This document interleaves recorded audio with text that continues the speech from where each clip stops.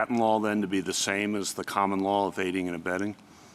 Yes. I mean, I think the patent law, as it's currently codified, incorporates the two bases for secondary liability that the court adopted in Grokster and Sony as principles of copyright law. That is, in Grokster it said the law that one who induces infringement can be held liable was a common law principle before it was codified in 1952, and we adopted here as a principle of copyright law. Similarly, in Sony said we adopt the staple article of commerce doctrine from patent law as a principle of copyright law, that ordinarily if you sell a staple article of commerce, one capable of both infringing and non-infringing uses, you won't be liable for the misuse made by individual customers.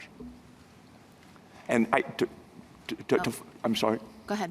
I was going to say, to follow up on Twitter, the two things that we think, we agree that the suit in Twitter had problems that, in addition to the ones that we're noting here. That is, even if the platforms in Twitter had highlighted content celebrating ISIS, they could have been liable for aiding and abetting a particular attack only if a causal connection could be shown between those videos and the attack, and there was no such proof. But I think two aspects of Twitter are deeply relevant. The first is 5 different times the court in Twitter quoted in whole or in part the standard that I just read, that a person who aids and who is liable for aiding and abetting must be shown to have participated in the wrongdoing as something he wishes to succeed. And that standard can't be satisfied here.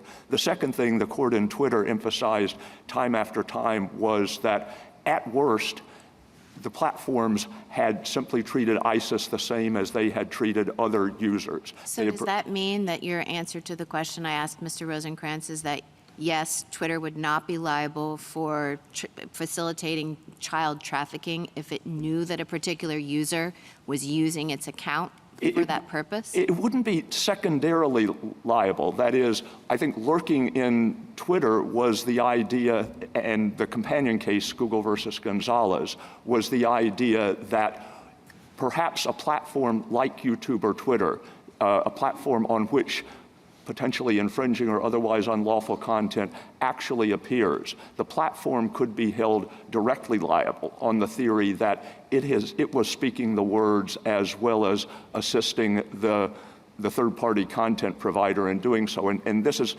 a little far down in the weeds, but in the Communications Decency Act of 1996, 230C1 said generally that platforms that host third-party content will not be treated as the publisher or speaker of that third-party content. But for purposes of aiding and abetting, your answer is the same. For purposes of aiding and abetting, the answer is the same. And obviously, sorry, but please. Direct copyright infringement is a strict liability offense. That is, if you think of the platform as the person who's actually speaking or publicly performing the infringing video, then it doesn't matter whether the platform wants to infringe, it can be held liable on that basis. But because Cox just provides the infrastructure, there's no plausible theory of direct liability.